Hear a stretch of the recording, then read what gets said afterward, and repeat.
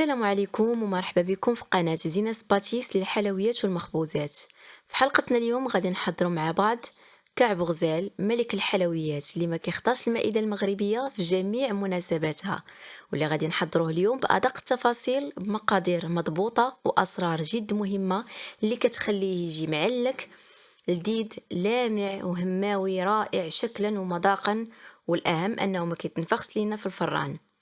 لاحظوا كيجي معلك والعجين لاصق على العقدة. فما نطولش عليكم، نخليكم مع المقادير وطريقة التحضير، وكيف ما العادة المقادير في نهاية الفيديو. نتلاقاو بعد الانترو ونتمنى لكم فرجة ممتعة.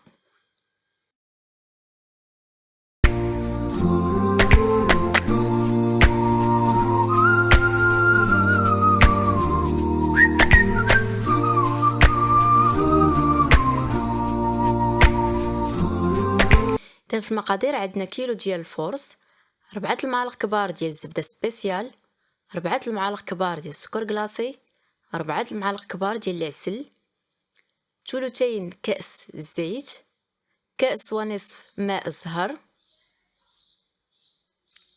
قبصة ديال الملحة، بيضة، روح ديال الزهر وروح اللوز. اذا كنوضعوا الدقيق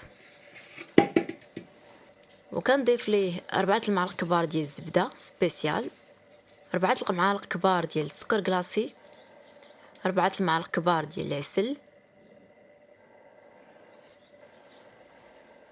بيضه بحراره المطبخ طبعا. كناخذ الروح ديال الزهر كنوضع قطرات وكنضيفهم على ماء الزهر وكنحرك مزيان، نخلطهم مزيان. اللي ما كيبغيش الزهر بزاف يعني يكون مجهد فما يديرش، يستغنى على الروح ديال الزهر ما يديروش. هنا عندنا ثلثين الكاس، كناخذ الكاس كنقسمو على 3، كناخذ ثلثين والثلث الاخر كيبقى يعني خاوي، وهذوك ثلثين فيهم الزيت. كنضيف قبصه ديال الملحه وروح ديال اللوز، روح اللوز صافي. وكنجمع الخليط فقط باطراف الاصابع، كنجمع بماء الزهر، كنبقى نزيد ماء الزهر شويه بشويه، وانا كنجمع الخليط باطراف الاصابع فقط، ما كندلكش نهائيا. صافي كنبقى نجمع الخليط وكنضيف ماء الزهر وكنجمع فقط، غير نجمع العجين ما ندلكوش.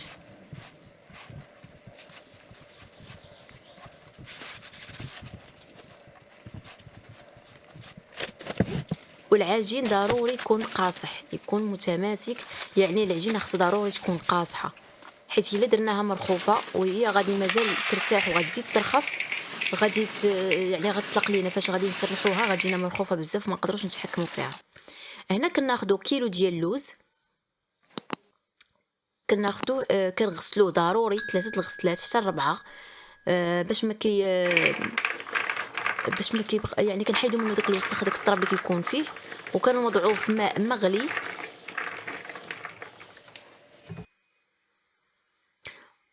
وكنخليه يغلي حتى كتطلع فيه الغليه واحد شويه، يعني غير كيبان لينا بدا كيتفسخ صافي ونحبس، ما نخليش يبقى يغلي بزاف. يعني صافي كنهز اللوزه كنلقاها كتفسخ صافي نحبس، ما نخليش يبقى يغلي باش ما يشربش فيه، باش ما يشربش لينا الماء. صافي كنوضعوه في بلاستيكه وكنبقى بحال ما كنفرك فيه حتى كنحس بيه يعني تفسخ لينا.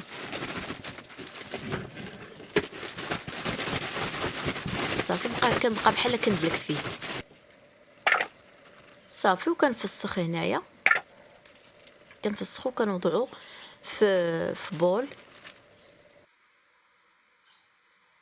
كيف ما كتشوفوا كتجي اللوزه كتجي نقيه، ما كتجيناش مسخه، لان فاش كنجيو نفسخوه وكيكون فيه هذاك التراب باقي فيه كتجينا اللوزه باقا كتجينا بحال مسخه. صافي انا كناخذ فوطه كتكون نقيه طبعا وكنمسح هذاك كنشفو مزيان، كنضيف ليه عصير ديال نص حامضه باش ما يتاكسدش لينا، ما يتبدلش ليه اللون ديالو.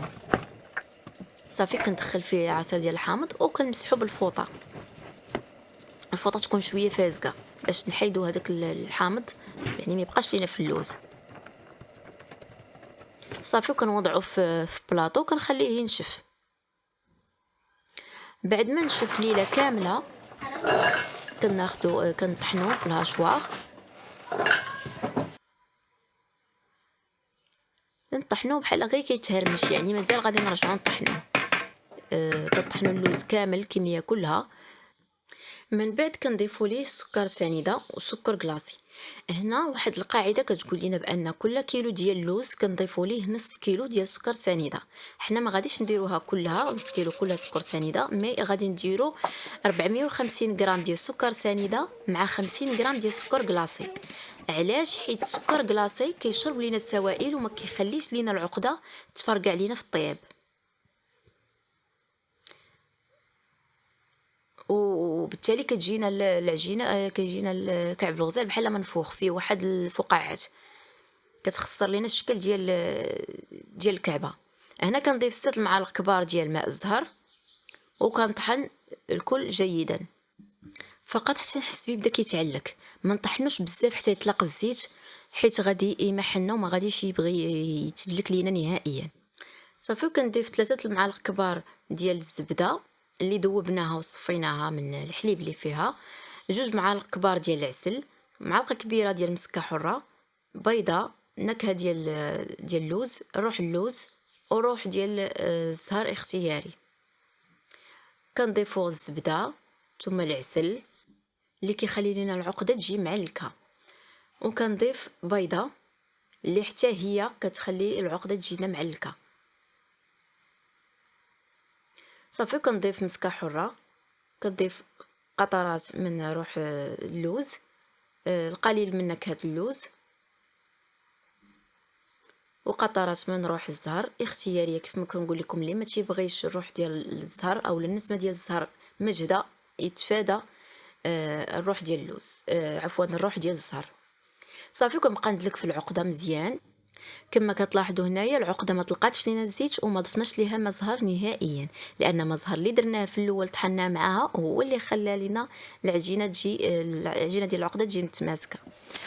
كيف ما كتلاحظوا فاش لويناها يعني حربلناها ولويناها يعني ما تقطعت لينا ما حتى شي حاجه. هنا هذا دليل على ان العقده ديالنا ناجحه. هنايا ناخذوا العجينه ديال العقده، العجينه اللي خليناها باتت ليله كامله في الثلاجه، فكنقسمها قطع وكان يعني كندلكها شي شويه يعني ماشي بزاف. صافي وكنسرحها كل قطعه كنسرحها بوحدها بلا ما نحتاج الوراقه، لان يعني كيقدروا يعني سهله في التسريح، يعني غير بمدلك كتسرحيها فوق الطابله ولا فوق الرخامه حتى كيبان لك الرخامه، يعني سطح العمل كيبان. صافي هنايا كناخد يعني بعد ما قسمت العجينه كنغطيها في بلاستيك وكنوضعها جانبا، وهنايا كنعبر العقده ديالي. خصها تكون يعني ما بين 15 16 غرام. هذا هو الشكل المتوسط ديال كعب الغزال. كما كتلاحظوا انا كنكورها وكنحربلها واحد شويه، كنخلي الوسط شويه منفوخ والجوانب بحال كنرققهم شي شويه باش مني نوضعها في وسط العجين تجيني ساهله، يعني ما كتخليش لي دوك القنات عامرين، وهذا يعني كتجي ساهله في هذا في العجين، في وسط العجين كتجي يعني دغيا كتاخذ الشكل ديالها. صافي كنبقى حتى كنكمل الكميه كامله وكنوضعها في بلاستيك باش العقده ما تنشفش. صافي كندهن سطح العمل، كنوضع هذا العجين ديالي. هنا راه ما دوزتش في الوراقه، راه كتبان لكم بحال ما كان انا سرحت العجينه كامله وقطعتها يعني مستطيلات باش تسهل عليا. صافي وكنزيد ندلكها شويه حتى كنرقق العجين. صافي وكنوضع الحربول ديالي وكنبقى يعني نقاد في هذا. واحد مساله، هنا ما كنخليش نهائيا الفراغات، خاصني نحاول ما امكن نخرج هذوك الفراغات من العجين. العجينه خاصها تكون لاصقه على العقده، الا ما كانتش العجينه لاصقه على العقده مزيان فكوني على يقين انها غادي تحلك في الطياب. صافي يعني هكا كان كيف ما كتلاحظوا شتي كنخرج هذوك الفقاعات. صافي وكناخذ شكل ديال يجيني داير شكل ديال الكعبه. هنا كنبعدو شي شويه، يعني ما كنقطعهاش على الحد. صافي كيف ما كتلاحظوا كنطلع الوسط ديالها وكنرقق الجوانب. صافي كنتنا واحد شي شويه باش كيجيني بحال التاج، يعني كيجي طالع كيجي واقف من الوسط والجوانب يعني هابطين. هانتوما نعاود معاكم هذه حتى هي. يعني هانتوما كيف ما كتلاحظوا الفيديو شارح راسو، يعني كتحاولي ما امكن ان العجين يلتصق على العقده. صافي كتقادي الجوانب كتطلعيهم من الجوانب، كتطلعي الوسط، يعني الوسط كيكون طالع، الجوانب كيكونوا هابطين. كنقطعها بالجراره. ما كان يعني كنحاول نبعد واحد شويه، يعني بشي 5 مليمتر بحال هكا ولا 3 مليمتر، المهم واحد شي شويه بعيد على الحد ديال العقده. صافي هانتوما كما كتلاحظوا الكعبه ديالنا كتجي دايره، يعني خايده شكل مقوس، والتاج يعني عندنا طالع، يعني ما عرفتش كيفاش غادي نوصفها لكم. المهم الشكل ديال البهله عفوا تلفت. الشكل ديال الكعبه هو هذا. يعني بعد ما كملت الكميه كامله كنخليها تبات ليله كامله حتى تنشف. هنا قبل ما نخليها تبات ليله كامله، هنا شديتها خليتها واحد الساعه بحال ما هكا حتى نشفات، يعني شادت في راسها واحد شويه وثقبتها. يعني كنخشي الفنته من الفوق من الراس ديالها وكنخرجها من التحت. ضروري هاد المساله هذه ضروري. صافي ثم كنثقبها من الجوانب. هنا هاد المقطع ما عرفتش علاش ما بانش. كنثقبها من الجناب، يعني من التحت، من هاد البلاصه من التحت. كندخل تاني فنيتات هذه بعد ما يعني نشفات ليله كامله. كنثقبها من الجوانب. صافي ثم كندهنها بالزبده مذوبه وكندخلها الفران تشد في راسها. يعني حتى ما كنخليهاش حتى تحمر بزاف، يعني غير تبان ليا هادوك الشريطات ديالها، يعني داك السنينات كيبداو كيتحمر. صافي ونخرجها. هنا كناخذ بياض ديال البيض، كنخلط معاه معلقه صغيره ديال سكر كلاصي وكنخلطو مزيان وكنصفيه. ضروري نصفيه باش ما يخليش ليا دوك الخيوط ديال البيض. صافي وكندهنها ببياض البيض وهي سخونه، كندهنها حتى كنكمل الكميه كلها وكنرجعها للفران. كندخلها غير تشمع ونخرجها. صافي هنايا كناخذ 2 معالق كبار ديال سكر كلاصي وكنزيد عليها 2 معالق كبار ديال ماء الزهر وكنصفيه وكنوضعو في بخاخ اولا الرشاش بحال هذا، يعني كنوضعو فيه. صافي وكنسدو كنبدا نرش الكعبه ديالي. هنا غادي نعاود نقول لكم بان اللي ما تيبغيش الريحه ديال ماء الزهر بزاف، يعني ما يديرهاش، يعني تفادى هاد الخطوه. لان انا كندير ماء الزهر يعني كيخلي سميتو يجي من السم. هذيك فاش كنرشو في الاخر هو السبب. هاد اللمعه هذه اللي كتشوفوها معايا هنا في الكعبه كيخليه يجي لامع، كيخليه يجي من السم بالماء الزهر. صراحه هاد كعب الغزال كيجي رائع هماوي، ما فيهش فقاعات، بقى محافظ على الشكل ديالو كيف ما شكلناه كيف ما طيبناه. كيجي رائع بمعنى الكلمه. نتمنى الفيديو ديال اليوم يكون نال الاعجاب ديالكم.